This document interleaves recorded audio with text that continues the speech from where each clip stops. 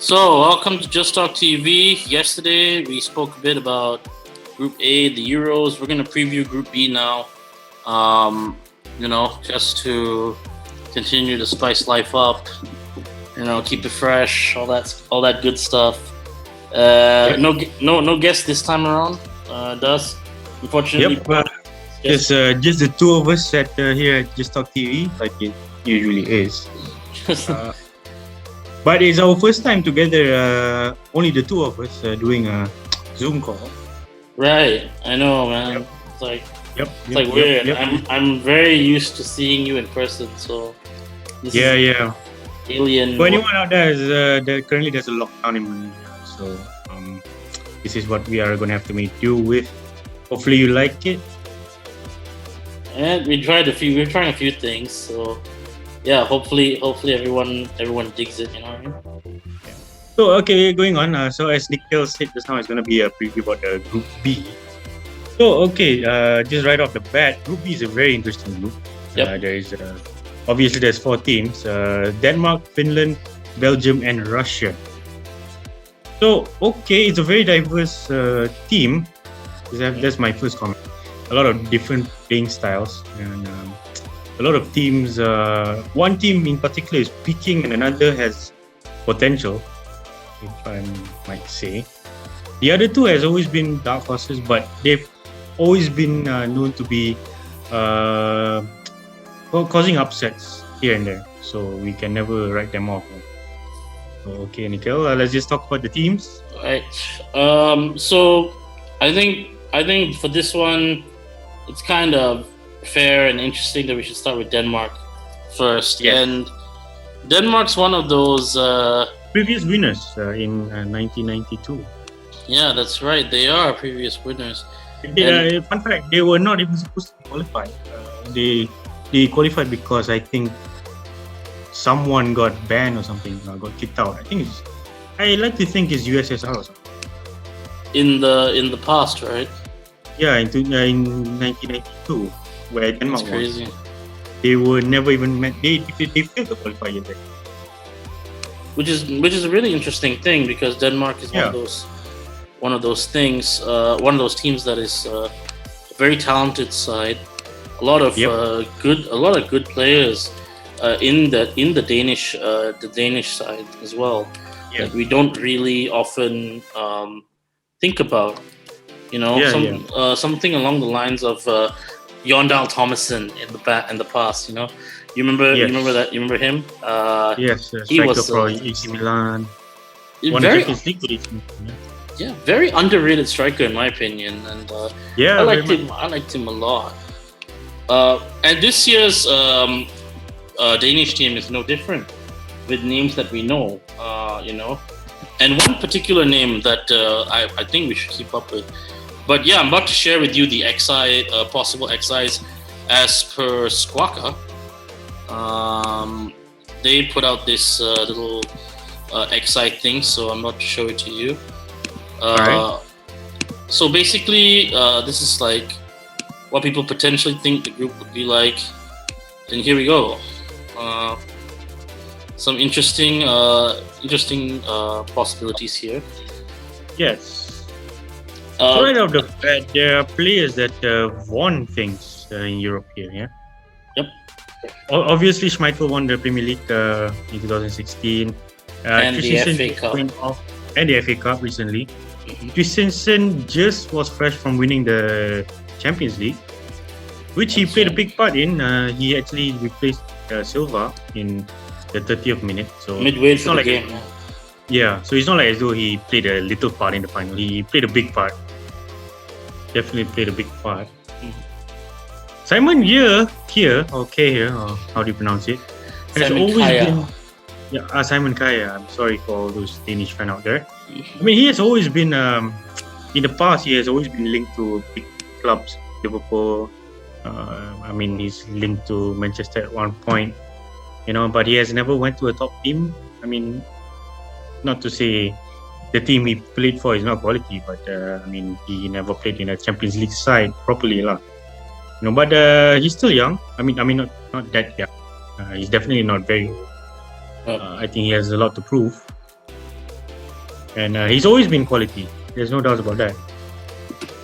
He's definitely a quality defender, and I think yes, he makes up that back line. And another guy who we're talking about, probably the icon of this team, is Christian Eriksen. Yes, who is very fresh from winning the Serie A. He won the Serie A. He was part of that Scudetto title with Inter Milan. Yeah, he had a bad start to his Inter Milan career, but the introduction of Antonio Conte turned his whole thing around, and he's pretty much one of the big names in this team. If you're looking at it, so this is actually a kind of a stacked team. Braithwaite plays for Barcelona. Paulsen plays for Leipzig. Delaney plays for Dortmund. Yes. Holy crap! This team is pretty stacked. And yeah, they look quite promising. Their coach is Kasper Hjulmand. Kasper Hjulmand is all about making the team identity count. He wants the team to be the Danish team, Danish people, something like that. Yeah, he's only ever managed Mainz. And other than that, that's not very Danish. Why is that not very Danish? Dazlan, please do tell me. It's because it's in Germany. Right. That's a Jürgen Klopp's old club. Yeah, it is. I mean, obviously, right off the bat, this Danish team is probably going to be dark horses to win the Euros. But then again, they were dark horses in 1992. They did went on to win the whole thing. So, I'm not saying it's impossible. It happened before. And obviously, Kasper Schmeichel did something even more impossible by winning the league with Leicester City. For me, I think I really like Paulsen. Yeah, he's always quality, especially with Leipzig. One thing I like about him at Leipzig is actually been there with Leipzig ever since the lower leagues. Yeah, so when they promoted as well. Yeah, so he literally worked the way up with the club. So yeah, he's quite a talented fella. Talk about paying your dues. You don't pay your dues any more than this guy. Definitely, he worked his way. Daniel Was in the back is another very good player as well. I think currently plays for Valencia. Could be mistaken there. I mean, this team is filled with I wouldn't say veterans, but I'd say experienced players all around. Yes. And I think Simon Kaya has to be the most veteran there. Right. Well, great. Okay. I mean, all right. Barcelona. Again, like this team offensively goes in a lot of directions. They got a lot of good strengths. Experienced team. One thing I will say about this team though is, I feel like this group is kind of good for them, in a sense where you've got not a lot of unsurmountable teams. Russia, Finland are very overcomable. And then you just got to worry about Belgium, in which case, I think they could easily finish second in the group. Yes. That is correct. Okay, what do you think? What kind of tactics do you think this Danish team is going to be playing? Obviously, they have two holding midfielders, but they have three people behind the striker. Yep. I think there are three. Holberg has always been quality in that position. Yeah. He's the guy, me and you have talked about him a lot. He's done wonders at first with what he has. He had a very good first half of the season. He sort of tailed off after his injury that saw him on the side. Yeah, that's very unfortunate that he actually had the injury. But I mean, he had a pretty good role. When he got the injury, let's not forget that even Spurs were like title contenders. They were at one point, yes. Yeah. I think that was him getting injured has to be played a big part. And he was not playing. I feel that too. I do, and I think he's very he's efficient in what he does. And you pair him with a guy like Delaney, a very athletic, physical guy who plays for Dortmund. That's a very good midfield to have, and I think they encompass the 4-2-3-1. in such a sense where Eriksson doesn't need to really really have to drop back so much, and they're covering the center backs. Yeah, I mean, for me, like Eriksson really he can safely just don't even care about behind. With Holberg and Eleni behind. Obviously, the two center backs are very solid, and then not to forget the Kasper Michael, who's also very solid. So Eriksson has all the liberty to just focus forward and let the goals in, or even supply it for win. Yep. So you have transitioned it perfectly. Eriksson is the talisman, but there is a guy who I specifically like a lot in this Danish team, and he plays up front. Okay. And he's my X factor, my guy to watch for this team, and his name is Jonas Wind. I don't know if you know Jonas Wind. I do. Yeah, I did. I mean, he plays for Copenhagen, which he's a powerhouse there. And he's very young. Very yeah. He's on good side of it. I first got to know Jonas Wind during that very famous Europa League match between Manchester United and Copenhagen, and Manchester United was doing a lot of scouting on this Copenhagen team because they had never, even heard of them before, or something like that. Copenhagen isn't the team that was once in the Champions League, and that was a long time ago. And this Jonas Wind guy came up. His name really came up a lot, and I sat down and I was like, "Who's this kid? Like, who is he?" And they were saying that pretty much in Denmark, he's kind of hailed as the next big Danish striker. That's a big claim. That's a big claim in Denmark, because Denmark has a lot of strikers. They've got Kasper Dolberg. Poulsen is another guy who can play up front. Braithwaite's another guy who can play up front. Kasper Dolberg could potentially be left out of this starting 11 because of Jonas Wind. I mean, Dolberg has been quality as well. I find it very surprising, but I'm not taking anything away from Wind. Obviously, I think if he has a very good Euros, there's no doubts in my mind that the top teams will scout him. It's only a matter of time. He's dynamic. He's fast. He can play the forward role well. I think he fits what they're trying to do. The great thing about Wind is I think he utilizes these other two, Braithwaite and Poulsen, can be utilized with him. So I think he's a very promising young player. That makes me kind of think. Would you think that he could potentially be a bit of a spoiler here for Golden Boot, young player, Golden Boot, any of those things? I mean, Golden Boot maybe not, but top scorer in his group, yes. I mean, it all depends. All right. But then again, maybe there are teams that looks like they concede a few goals. And it looks like a team that Wine would be scoring against a lot. So, you look at this Denmark team, right, before we move on to the next team, and you see there's a lot of things that we like about this team. But yes, give me a weakness here, because I think there's something that we're not seeing when it comes to their weaknesses, right? In your opinion, I don't know. I kind of feel like there is a weakness, but I just don't know. I don't know how to say it.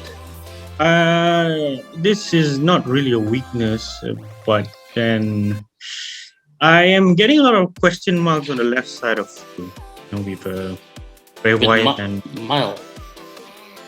Sorry, Mile. Yeah, and Mile, as well as Braithwaite. Well, okay.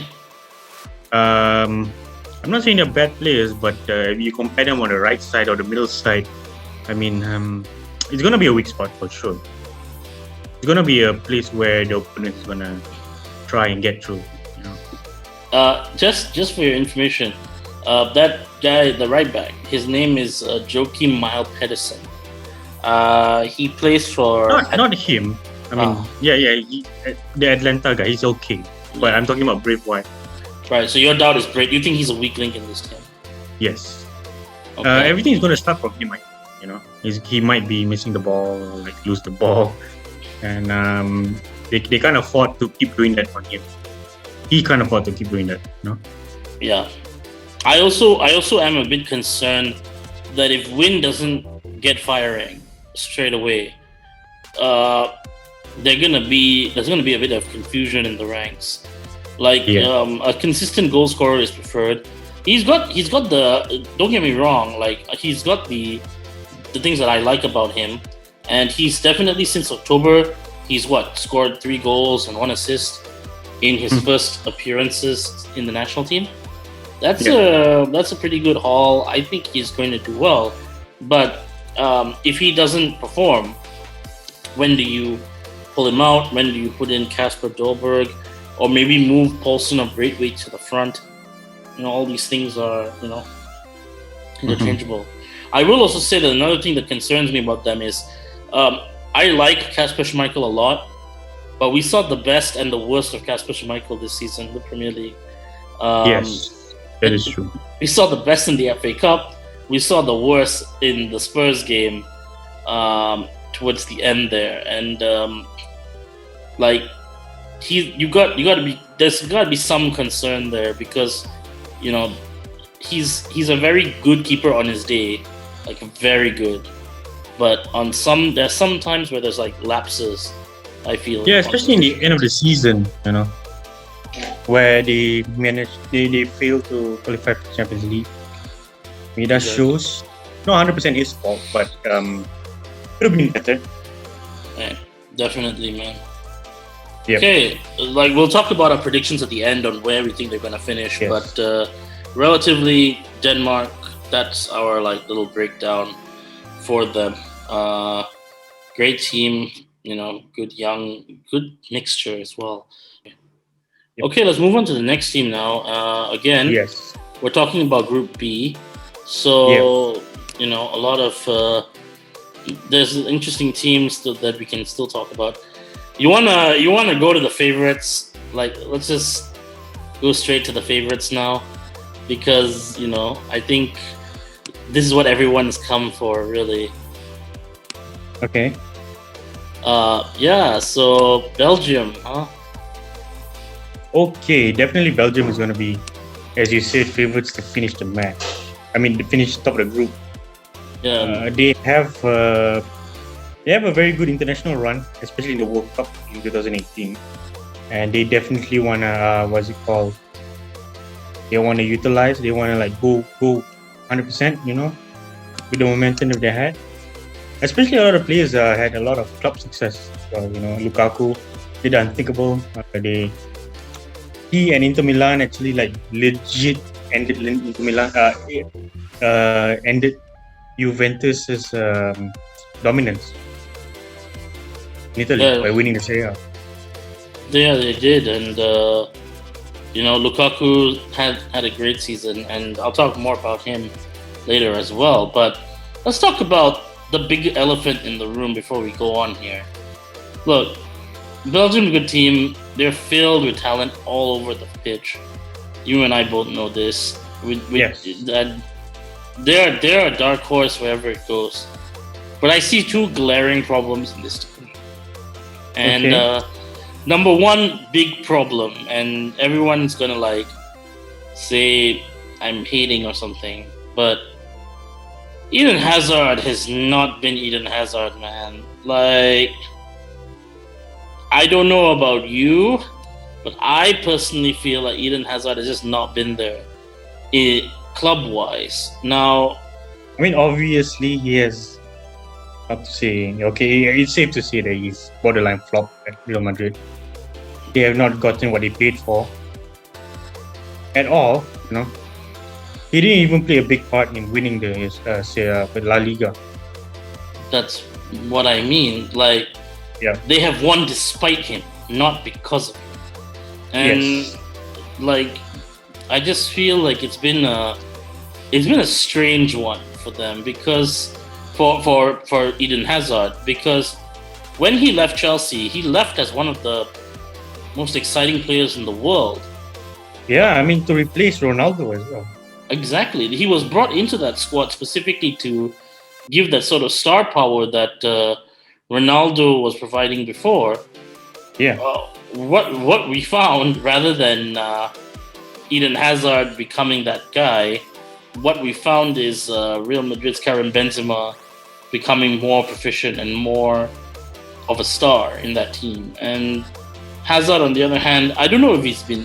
I think a lot of it has come down to like he's been misused in some cases, and I think also, and I don't like saying this, but you gotta question some lifestyle problems there, because his fitness was an issue when he first came into Real Madrid. Yeah, he was overweight.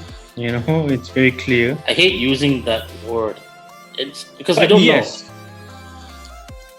The thing is, like, early season, benefit of a doubt, early season, you know, you're coming in from holiday and all that. But, I mean, he still has a lot of weight problems even in the mid-season.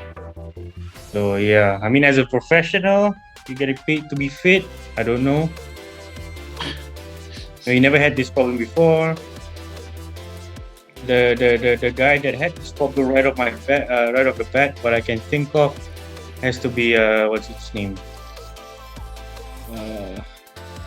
The guy that scored in the World Cup final, 2004. 2004 or 2002? 2014 for Germany. Oh, 2014 for Germany. Mario Götze? Yeah, Götze. He had a weight issue, but then that's because he had a stomach problem. You know, it's not a lifestyle issue. He had a legit what's it called, metabolism problem issue. Right now, and he still looks fitter than Eden Hazard. That's a bit, yeah. I mean, that's the thing, right? Like, we don't know for sure, and I kind of hate saying people like this or that, but you have to admit his form has just not been good. I mean, we've that issue, and then the form. You know, we should be asking questions, like, you know. Now, Roberto Martinez is the manager of Belgium, and the manager from the World Cup. Same guy. Yep. Finished the highest. It is, yeah. But here's the thing: he's insisting that Eden Hazard's going to come out of this and be the greatest player that he is. Like, there's like no doubt about it. And in the meanwhile, it does seem like Belgium have, I wouldn't say, here's Belgium's form coming into this, right? With their recent fixtures. They pretty much won all, drawn one, lost one in the last 7 games. So we're talking about 5 wins, 1 draw, 1 loss. And in Euro qualifying, they were just qualifying. Here's the stats, okay? All wins, 40 goals scored, only 3 conceded, and every game they won by 2 goals. Every game, Belgium. Yeah, I mean, they really had a good form. They're on a roll. And the thing about them is they're so loaded, so talented. It's kind of scary, like how talented they are. And even then, there's something about this Belgium team. The Hazard thing is the issue number 1. The number 2 issue I got is got to be their back 3. Yeah, I think right now I see one big issue or big question mark that I have has to be Vermaelen. By the way, this is from The Guardian saying a possible lineup. In my opinion, I don't think Vermaelen's going to start. I think it's going to be.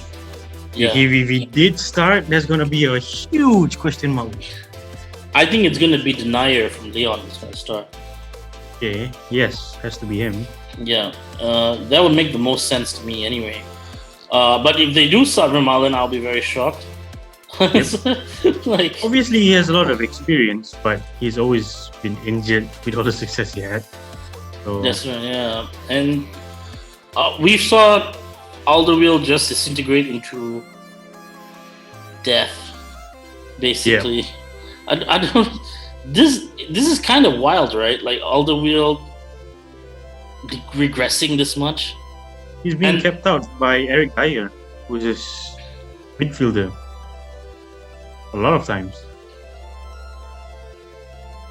I mean, that doesn't make sense to me. I don't understand how Alderweireld has suddenly just dropped off, because we were just talking about this guy a year ago being a potential Manchester United marquee signing. Yeah. And he's just died. Yeah. It doesn't make any sense. I don't think so. It makes sense to me. I mean, the thing about this formation, I don't see Tillman here, which I think is unlikely. You're definitely going to meet Tillman. So yeah, I agree with you. I don't know if he's going to be in the three centre backs. I think Tillman's right is probably going to be playing where Dendoncker is playing, and up front is probably where Mertens is, where De Bruyne's going to be. So it's going to be Tielemans and Witsel probably in the midfield. Again, this is from the Guardian, so this is what they were saying. But Torgan Hazard, maybe, but I don't know. Torgan Hazard is the consistent one in all this. People are saying that that's pretty much where he's going to play. Again, who knows? Honestly, this team is like that. We don't know what's going to happen. The thing about this team, right? They would have to actually change the formation. They have to change a lot of tactics and players if they change the formation, you know. Right. Torgan Hazard is only in the team because they're playing three centre backs. True that. That's true. If you're gonna play that role anyway, right? I mean, you might as well, isn't it? Yeah, I mean, okay, yeah, it is true. The thing about Roberto Martinez is, Roberto Martinez has never been the most tactically flexible fellow in the universe. He's pretty much stubbornly played this formation. This formation, the 5-2-2-1, something like that. Or you want to argue it's 5-4-1, something like that. He's played this formation throughout his Belgium reign, so I don't expect him to change as much. Like, I feel like this is pretty much going to be his squad, you know. So yeah, that is true. And I think we have to talk about the centre backs are pretty aged. That's exactly what I wanted to say. Yeah, Pottengen is 34. Vermaelen, if he plays, is 35. Alderweireld, I think he's already over 30. He's 30. Yeah, Denier is young. He's 25. But the rest he's going to be. Denier is going to be the main guy. That's going to be the fast guy. Yeah. Physically, he's the only one that can keep up. But even then, I feel like that back three is weak. Even with Denier, I feel like that back three is going to have a lot of problems. Even with a prime Vermaelen, it's going to be weak. I mean, that's the thing, right? That's the thing. And when you've got guys like Munier and Torgan Hazard, both are wingbacks that are not very famous for defending, if you know what I mean. Hazard is technically a wingback. Technically, yes.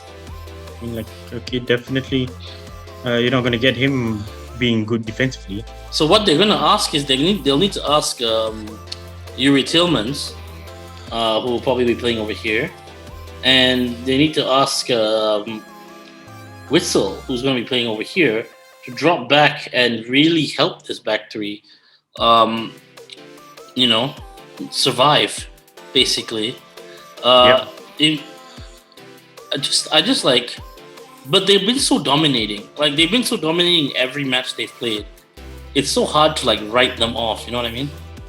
I mean, it is true. There's no doubt. And I think the good thing I just have an issue with the fatigue as well. He's going to be playing this team a lot. Right. You mean overall, or you just mean, like, specifically? Specifically, coming into a competition like this. Right. It's the Euros. Yeah. Pretty much, like, the most troubling thing for them is, can they carry that fatigue squad into the this is essentially almost the same team from 2018 World Cup. Yeah. Almost the same team. I mean, there's a little bit of differences here. Nasser Chadli. Yeah, of course. think Noah was not there. Then Donkin. I feel like Tillman's this year, like he's gonna have a lot to say this season. Yeah, definitely. In that midfield, there is another guy that's not here, but on the squad. His name is Jeremy Doku. He's 19 years old. He's a winger from Rennes. Yeah. I've watched him play for Rennes. Very briefly, not like very intensely or over 90 minutes or anything, but I've watched parts of his play. Yeah, he's a winger. Yeah, yes, he is.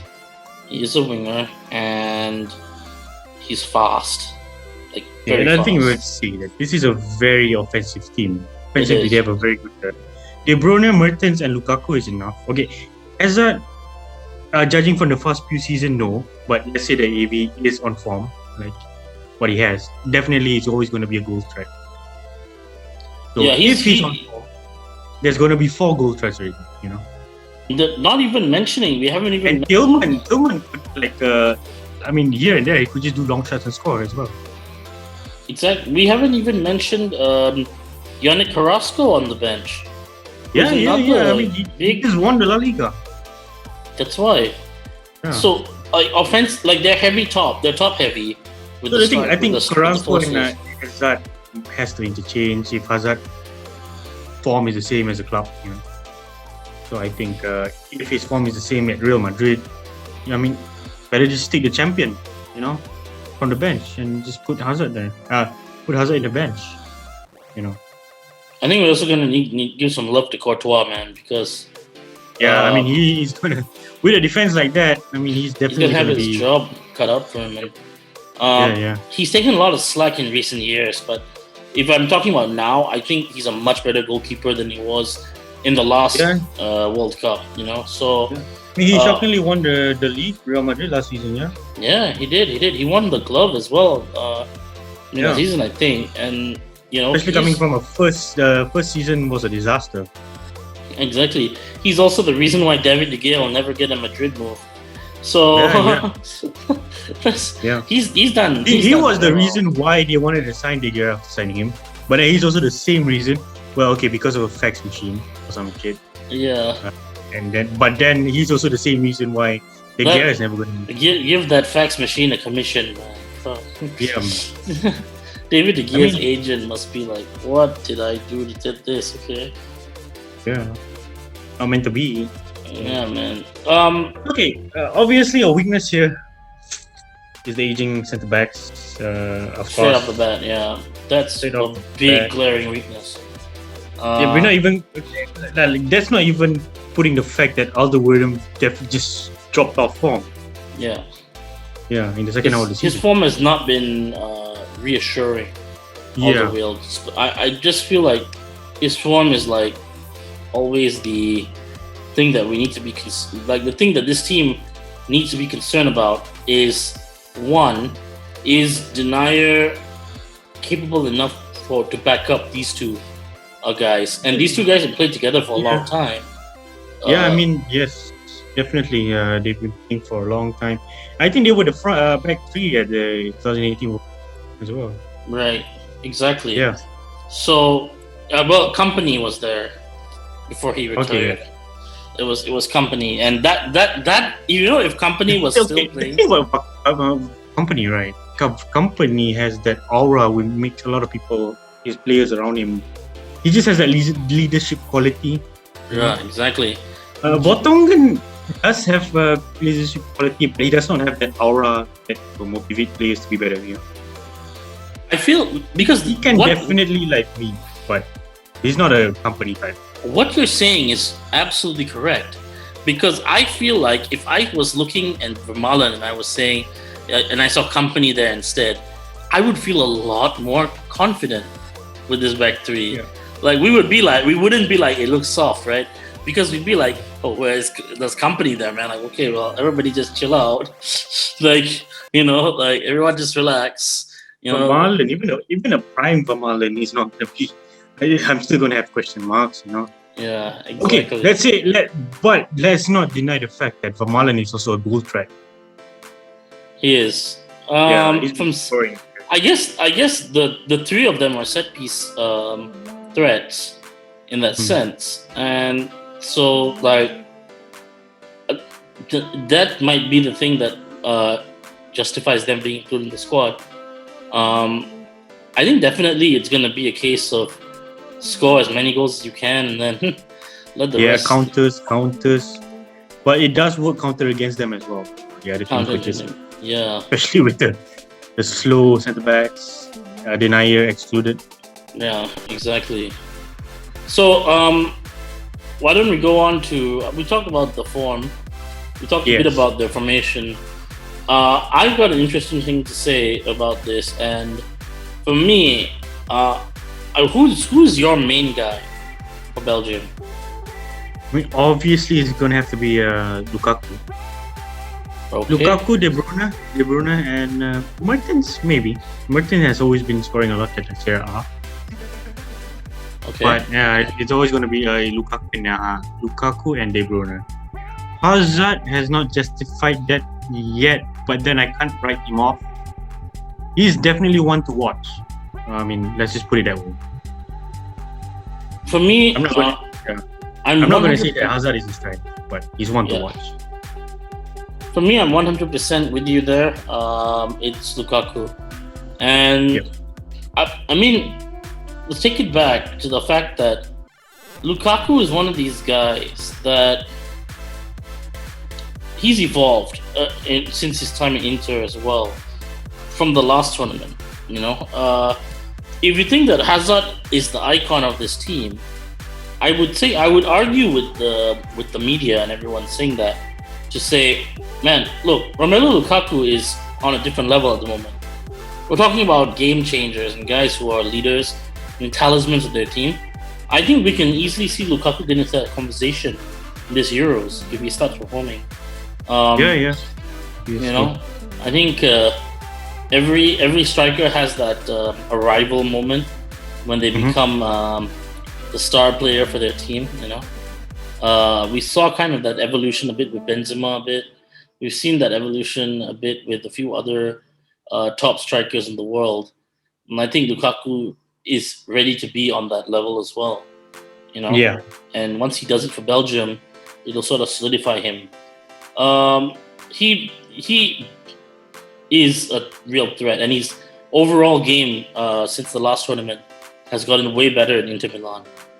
So it's going to be interesting to watch him play. It will be very interesting to watch him play. For me, I feel like De Bruyne. The only reason why I'm not like 100% on board De Bruyne being the best player is because De Bruyne is taking a beating, man. Like, his injuries are real. Like, there's a lot of pain there. That is true. I do think De Bruyne is going to be a factor in the later stages when they reach the knockouts.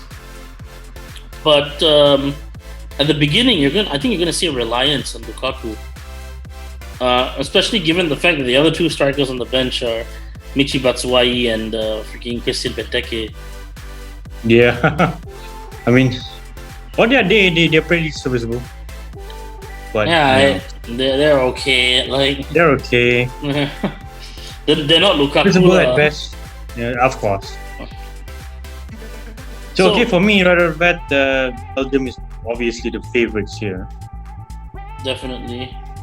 I think they're. But that all depends. Defense. Offensively, they're going to be favorites, you know. Do you think if Roberto Martinez doesn't get these guys to the knockout stages, to the semi-finals or the finals, you think it's going to be a huge failure? Yes. You think so? Straight away? Yes. Yep. Okay.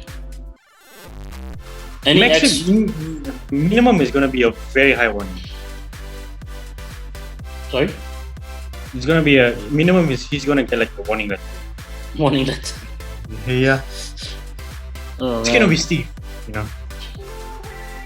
So any X factor players for you for the Belgium team? I mean, they're stacked all around. It's Lukaku, as I said before. I mean, that's the best player.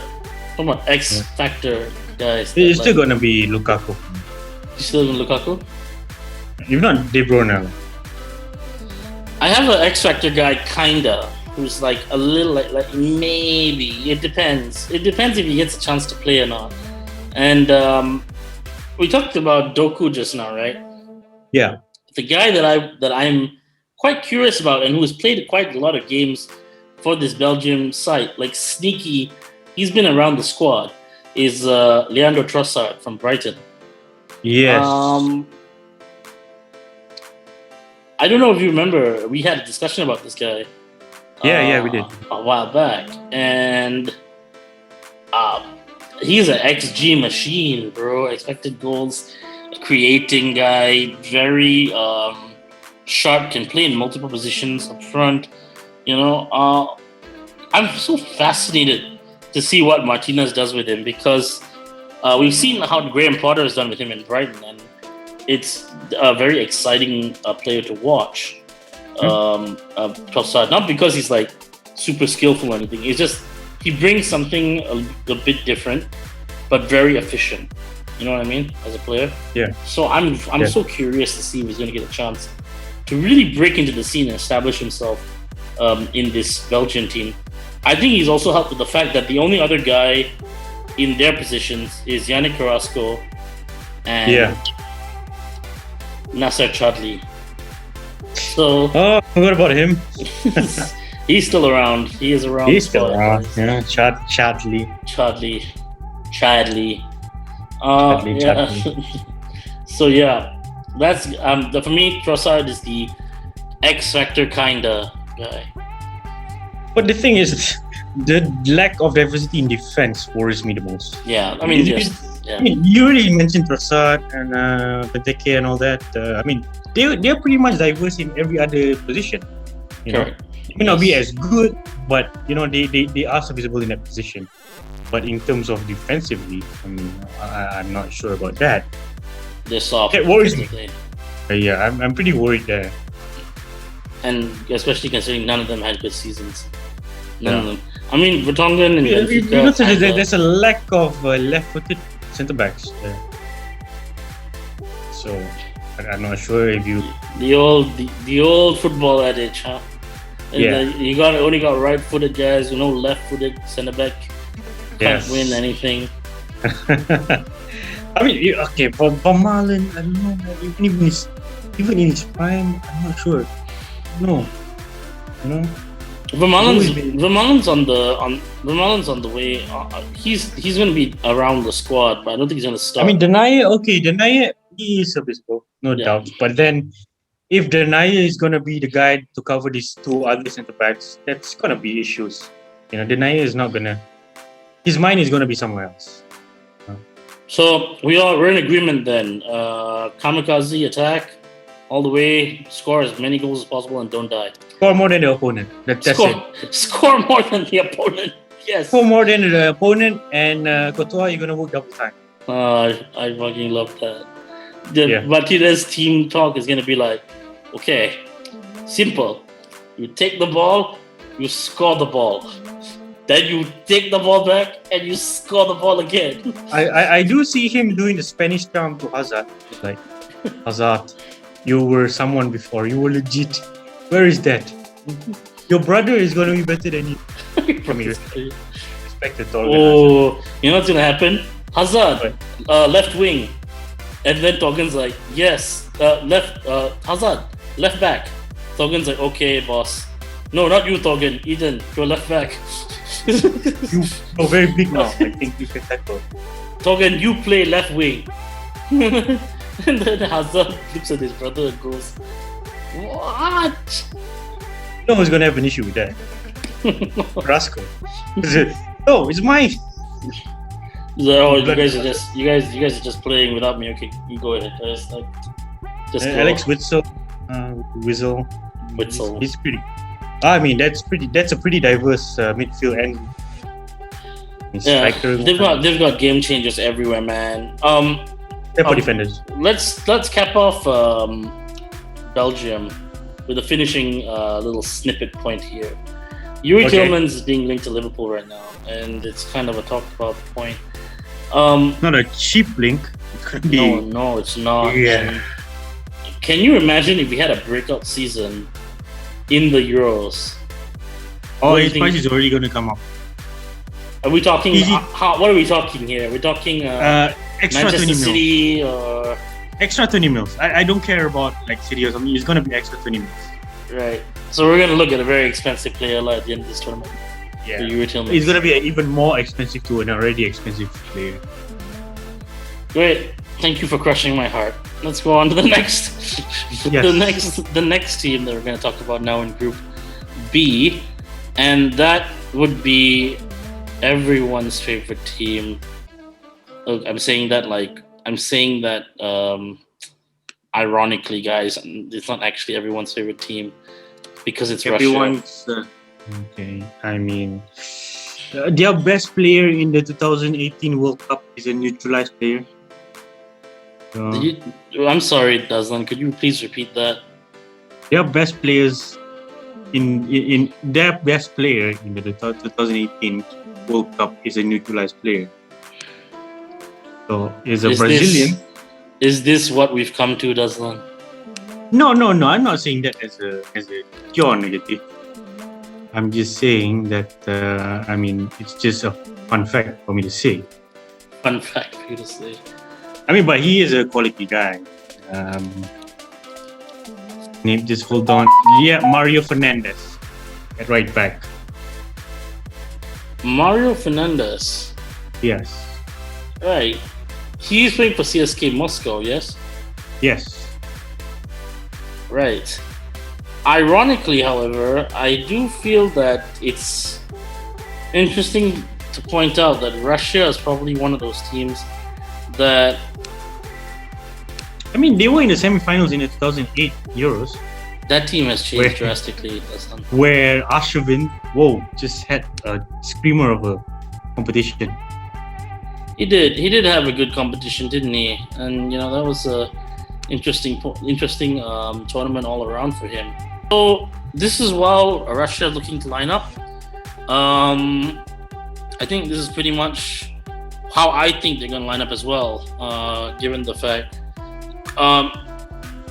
they've had a weird tournament, right? In terms of tournaments, they've had weird problems.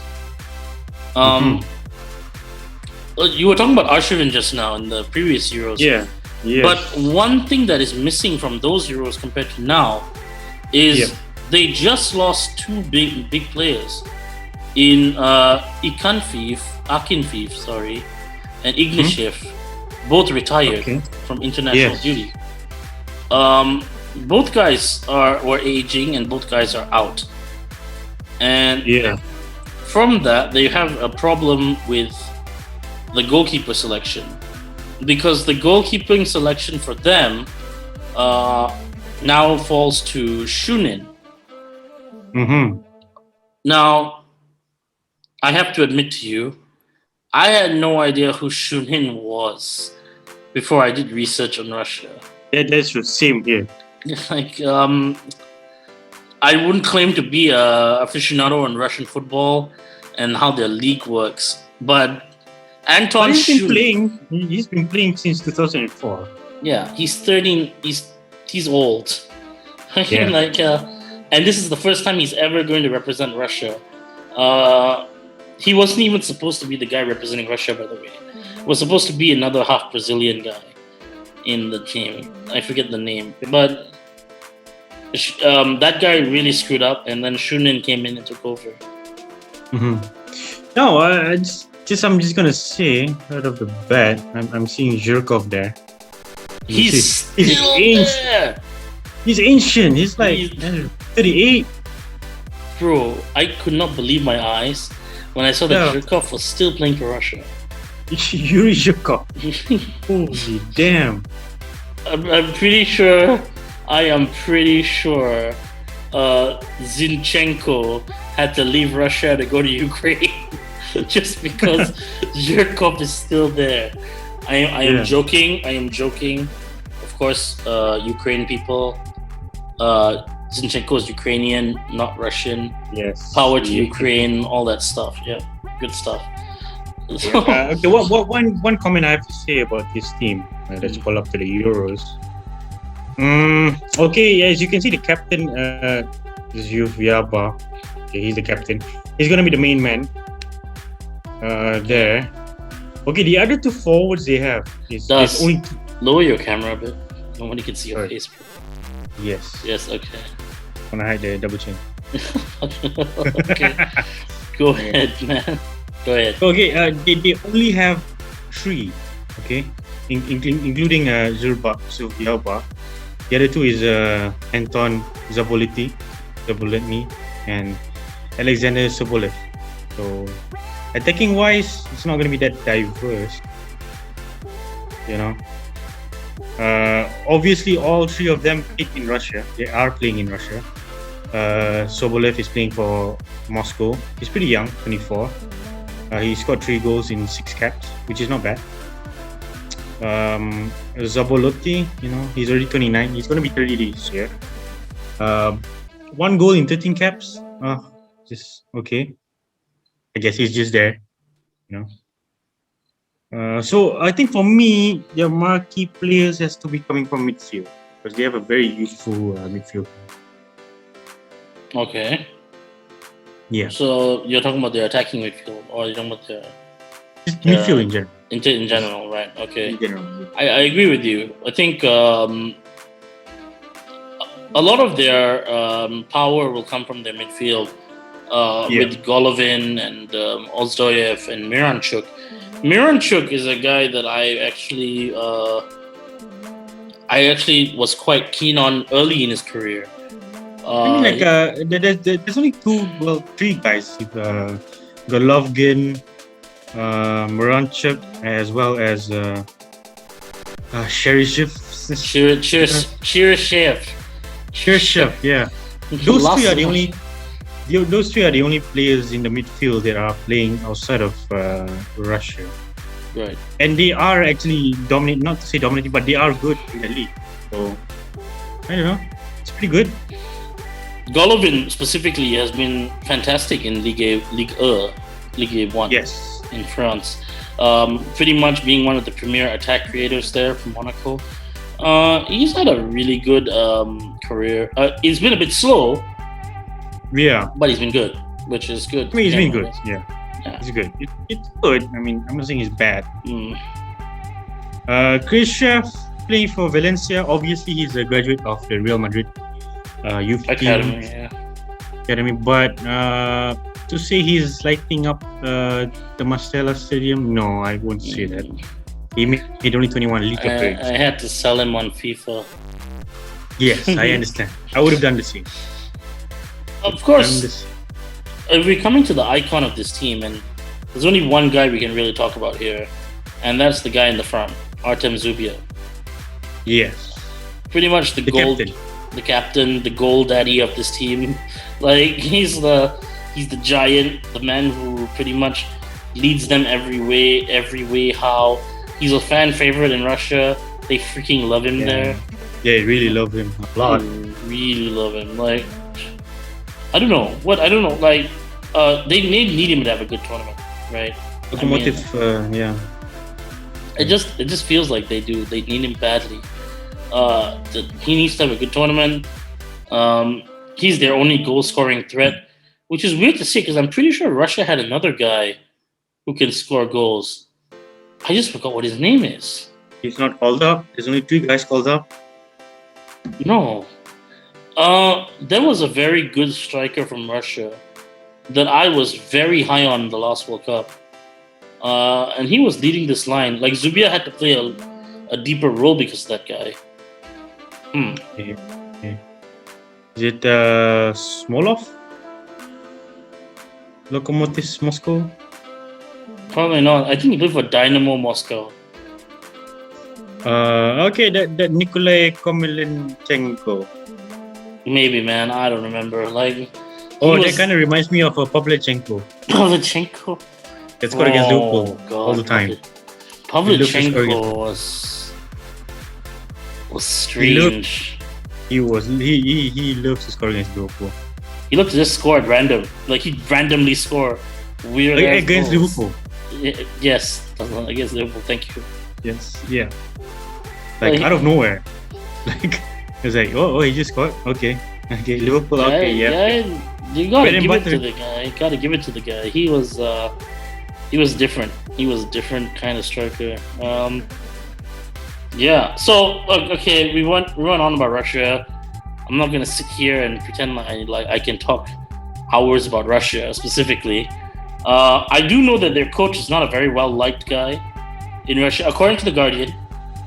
Okay, and they pretty much after their Euro 2016 campaign, where they was terrible, they just basically, this guy just comes in. He's like, we're gonna play it this way. We're gonna do it, and they do. And they made it to this tournament. So what do you think is the? I'm sure pick one weakness on this team, because I don't want to discuss all their weaknesses. I'm not sure about the defensive midfield. I'm confident with midfield.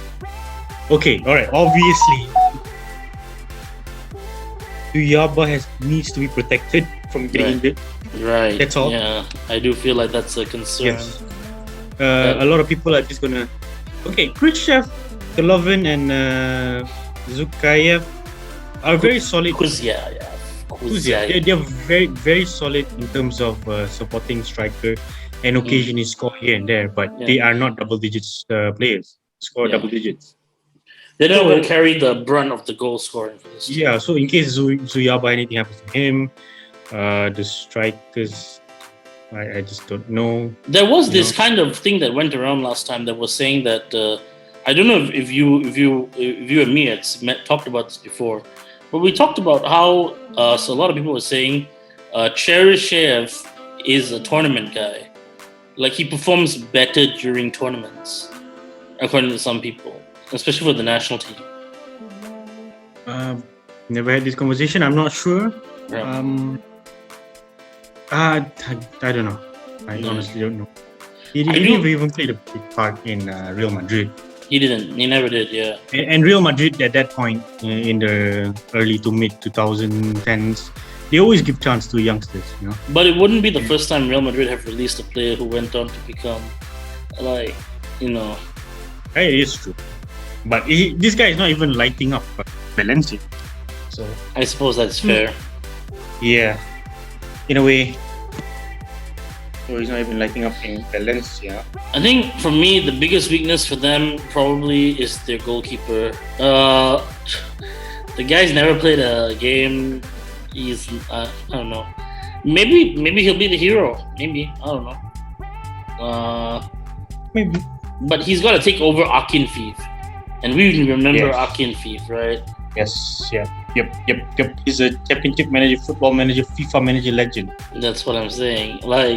That's a legend you're replacing there, and to replace Ignatiev as well, both all in one slot through ball there. They've had a lot of their senior guys just cut from this team, and now you got to ask yourself: is their backline good enough? Are they a strong enough team to make it into the next round? And is Yuri Shirkov a vampire? All legit questions. Yes. It's like he's ancient. 38. He's immortal. I think he's literally eating oil. That's how he's surviving. Like it just regenerates him or something. He has that Abramovich connection. Yep. Big brain. All right. Enough talking about Russia. Let's talk about the final team in Group B. And the final team in Group B is North Macedonia. Let's get this correct. No, it's not. No. It's not North Macedonia. You're mistaking it with the next group. It's in Group C. Group B, on the other hand, is Finland. I'm sorry. Finland. Okay, yes. Just so I can remind my good friend There was Dazlan. a subliminal message just now saying that it was Macedonia. It's because you wanted to talk about Macedonia, bro. But okay, I'm yes. sorry about that. No, so Finland, yes. Right. So we're gonna talk about Finland now. Okay. Finland is a pretty quality team. I mean, yeah, they've been known to give what do you say? Issues to big teams. Yeah. They're okay. Wait. Not just in sports, in war as well. in all things. Especially against Russia. White death. Okay, Dazlan. Allow me to jump in there before you go all out about that, because I want to mention something, and it's a bit of a romantic thing that I want to talk about. The honest thing is, we grew up in a world filled with Finns. Yes. I think most of our footballing life. Oh man. Jari Lipmanen. Jeez. That's yes. Exactly, Dazlan. Yep. You can mention more names, Ah man, just some guys that played for Antiniemi. Holy shit, yeah. The guy would just dive against the ball no matter what. I remember he landed on his neck one time. Remember Mikael Forsell? Yes, he had one good season, and in Birmingham. Yes. You know who else had one good season in the Premier League as a striker? I already know the answer to this, but I'll let you say it. Yeah, Timo Pukki. Of course. I mean, yes. Not only that, not only these guys. Yuri Esklainen was the Premier League. Premier League mainstay. Yes. It's quite weird, right? How Finnish football has never been successful in the national team. I mean, yes, that is true. I mean, that is true. Mm-hmm. They have quality players. Individually, they are pretty good. Exactly. Team. I mean, compared to their other Nordic neighbors like Finland and Norway, Denmark, like Norway, Sweden, it has not transitioned well internationally. Iceland. Yeah, even Iceland, especially. That's weird. It is weird that the Finnish have had this problem, despite having some pretty okay footballers, in my eyes. I mean, right off the bat, who I'm seeing here is Kamara. He's going to be a very important player. Right. Yeah. He is Finnish to everyone there. He's not naturalized. He was born there. Right. But then he graduated from Arsenal Academy. So, yeah. Talented guy, Glenn Kamara, and he just won the league with the Rangers. Yep. But our boy, he ended the Celtic dominance. He helped ended it. He played a big part in it. He did. Like he was the center midfield that put Scott Brown at bay. Yes. Oh my God. Yeah. Right. You're. I mean, he's done something, but there's no question in my mind. He was crucial to qualifying for Finland. Yep. Definitely. Very vital in terms of solidifying that midfield. Then you had Lod, who was one of this team's primary ball creators. A lot of counter-attack transition passes that he would feed to Timo Pukki often led to goals. And then also a guy who we don't talk about very often is Timo Pukki's strike partner, Poor Gianpaolo. Poor Gianpaolo, yeah. What have you gonna say his name? Yeah, I mean, this guy used to play for Hamburg, if I'm not mistaken. Used to play in Germany. He's a pretty decent player, and the fact that these two 27, he's still at this twilight of his career. Yeah, he is. Yeah, and he's not at the end. His performances at the qualifiers have definitely helped him, and I think that's the great thing. Their centre backs are also pretty solid.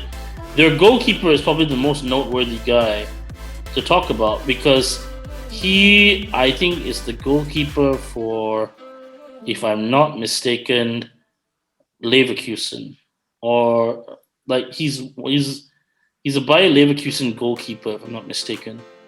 and he's a very talented goalkeeper. Actually, Yeah, he is for Leverkusen. He's very well known. He's very what do you call it? Like he's very solid, and he's been solid for Finland throughout the qualifiers. And the most magical thing about Finland, which kind of brings a smile to my face, is their coach. Their coach is this guy called what do you call it?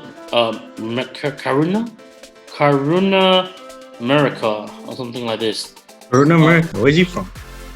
That's the thing. He was an elementary school teacher. Before Marku Kaneva. Marku Kaneva. Yes, he was a former player and an elementary school teacher, and then now he was suddenly brought into the ranks as the coach of Finland. It's quite a story, right? I mean, like, you know, it's not like he's never had any background in coaching. He's coached at Helsinki, Vikingnit. I mean, he is the former player. I think he played like 59 games. Yeah. Yeah. But like I said, he took over this Finnish team, and somehow now they've made the Euros. That's a fairy tale. Even before this Finnish team, when he took over in 2016, he was actually the manager of the under-21s for 6 years. Yep. From 2004 until 2010. He only left that so that he could come in for Finland. Right. So yeah, Finland is in his blood, like literally, even in football. You know? That's such a great story for me. I really like that kind of story, you know. And honestly, I feel like Finland's probably they're gonna lose a few games in this group. I don't see them getting too many victories, especially against Belgium and Denmark. Yeah, Russia. Okay, yeah. Denmark and Belgium are gonna pretty much put the sword to them, and then Russia is not an easy fight either for them. But the fact that they made it here was great. I mean, they've done well. I mean, I'm pretty happy that they're there. You know, diverse. Yeah. Do you have I mean, for me, obviously, the men to watch, as well as the X Factor, is going to be Kamara. For me, Glenn Kamara, right? Kamara, yeah. Best and X. Well, okay, best you can say is Pookie. Obviously, he's going to be the main guy to score. But Kamara is going to be playing a very important role. For me, I actually think the opposite. I think Pookie is going to take away the attention for Pojan Palo to score. Okay. I think we need to watch Pojan Palo and Lod. I think those two are going to be interesting players to have during this tournament. I share your sentiments for Glenn Kamara as well, by the way, who I think is going to be a very interesting player in this tournament. It's a great opportunity for them as well, because they're on the biggest stages and now people can see them play. A lot of things to be excited about for them. Yeah, definitely. Yeah. So okay, for me, it's gonna be entertaining to watch. In terms of qualifying for the next round, a bit on the unlikely side. Unless they knock out punch Russia. I mean, okay, yeah, right. they love to do that anyway in war and all that. Once the White Death comes out, okay, GG. All right, let's. I think that's it for Group B. I think let's now get to our predictions part of this, where we talk about who we think is going to come out as the group leaders and all this stuff. Okay, for me, it's. Hang on, let me hang on there, cowboy. Let me get the table out. Okay. Yeah. Okay. Group B table. Here we go. All right, Dazlan. Now you may unleash the hound. Okay, for me, it's gonna be Belgium who's gonna be finishing on top. Okay. Second is gonna be Denmark. Russia's gonna be third, and of course, yeah, Finland's gonna be last for me. But gonna be very tight between Belgium and Denmark. No doubts about that. So that's gonna be a race between the two of them. Yeah. I'm pretty much the same as you. I think Belgium's gonna be numero uno, because I think they're too strong for the group stages. None of these teams pose enough of a threat. Maybe Denmark, but who knows? I think losing to Denmark is a game that they could afford. Yeah, probably that's the only game they can afford to lose, right? You think about it. Either way, they're both gonna go to the second. So we're pretty much agreed. Belgium, Denmark. Then we come to Finland and Russia, and how well they might play each other. It all depends on how they play against each other. So who's gonna get the last third spot that is going to go? I'm gonna be a bit different than you. I'm gonna say that Finland get the third spot and Russia finish last.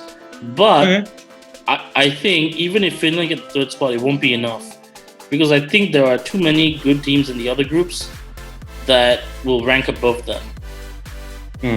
So I think they'll get their one victory in the Euros and call it a day, and they finish third in this group, above Russia, in my opinion.